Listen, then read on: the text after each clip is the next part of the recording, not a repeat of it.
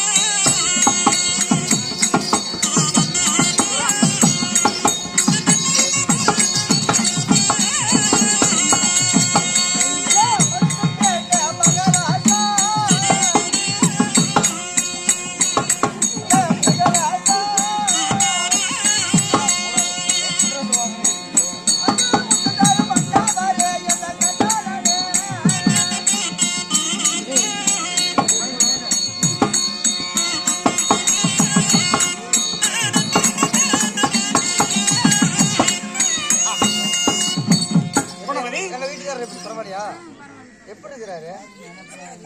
சக்கலாச்சி எல்லாம் சொல்லி அடியே குணவதி உங்களுடைய பாதங்களை